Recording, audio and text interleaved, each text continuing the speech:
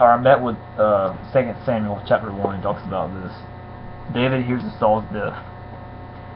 After the death of Saul, when David had returned from striking down the Amalekites, David remained 2 days in Ziklag, and on the third day, behold, a man came from Saul's camp with his clothes and torn and dirt on his head. When he came to David, he fell to the ground and paid homage. David said to him, "Where do you come from?" And he said to him, "I have escaped from the camp of Israel." And David said to him, "How did it go? Tell me." And he answered, "The people fled from the battle, and also many of the people have fallen and are dead, as Saul and his son Jonathan are also dead."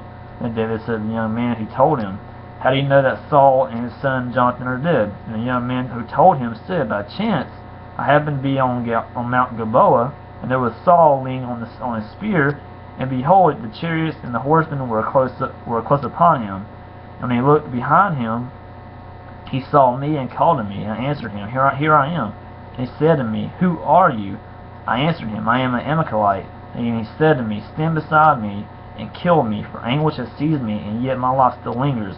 So I stood beside him and killed him, because I was sure that he could not live after he had fallen. And I took the crown that was on his head, and the armlet that was on his arm, and I have brought them here to my Lord."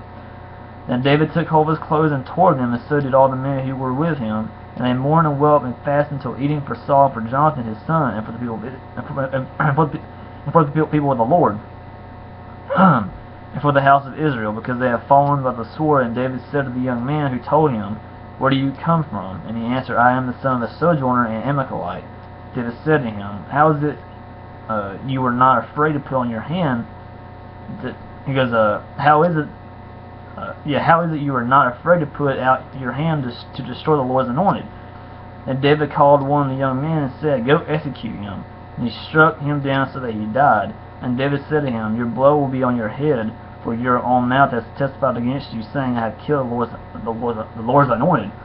So basically, Amalekite killed Saul, and revenge David killed the Amalekite, because Amalekite had killed the Lord's anointed, which was Saul. And David had him killed. David's lament for Saul and Jonathan. And David lamented with his lamentation over Saul and Jonathan his son, and said, "It should be taught to the people of Judah, behold, it is written in the book of Jeshurun," he said, "Your glory, O Israel, is slain on your high places, how the mighty have fallen.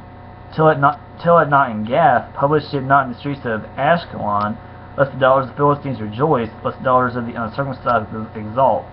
You mountains of Gilboa, let there be no dew or rain upon you, nor fields of offerings, for there the shield of the mighty was defiled, the shield of the Saul not anointed with oil. From the blood of the slain, from the fat of the mighty."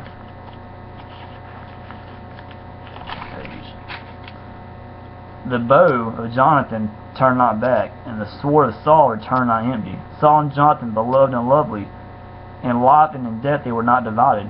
They were swifter than eagles, and they were stronger than lions. You daughters of Israel, weep over Saul, who clothed you lusciously in scarlet, who put ornaments of gold on your apparel. How the mighty have fallen in the midst of the battle. Jonathan lies slain on your high places. I am distressed for you, my brother Jonathan. Very pleasant have you been to me. Your love to me was extraordinary, surpassing the love of a woman." Now, that's not talking about homosexuality, so get that out of your head. It's just talking about that David loved Jonathan as a brother, pretty much, as a friend. "How the mighty have fallen, and the weapons of war perished." So chapter 1 pretty much is talking about David hears of Saul's death, and when Amalekite tells David that he had killed Saul, in return David has Amalekite killed, because Amalekite killed the Lord's anointed, which was Saul. So in return, David killed Amalekite. And David ends up lamenting for Saul and Jonathan. So they have a map here. The setting of 2 Samuel, 1000 BC. The book of 2 Samuel recounts David's reign over Israel and his battles to establish Israel as the dominant power in Syria and Palestine. David expanded Israel's borders from Saul's fledgling territory until by the end of his reign. He controlled all of Israel, Edom, Moab, and Ammon, which is Jordan, Syria, and Zobath. Zobath would have been pretty much the Syria, or close to the Syria-Turkey border. Other kingdoms such as Tyre and Hamath established treaties with him. Tyre would have been Lebanon, and Hamath would have been, let me look real quick. Well, I don't see Hamath in here. Yeah, Hamath would have been pretty much where Turkey's at today. So you have David's kingdom at the beginning of his reign, which was mainly Jerusalem, Hebron, around the Dead Sea, Monahum, which is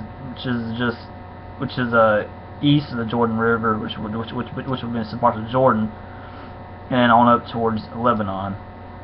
And then David's kingdom at the end of his reign was basically from the Egyptian-Israeli border, basically down to the Sinai Desert, which is where the Sinai's at today, the Sinai Peninsula, and went from there all the way up to where to close to the Syria-Turkey border today. And this is the map of it. This is how big the kingdom was under David. This is it right here. That's how big Israel was under David. Pretty big kingdom. Like I said, it stretched from the Sinai Peninsula all the way up to where, trying to say this right. It stretched from the Sinai Peninsula all the way up to where Turkey is today. So it's pretty big kingdom. Anyway, that's chapter 1. I'm brought up with chapter 2 here in a minute.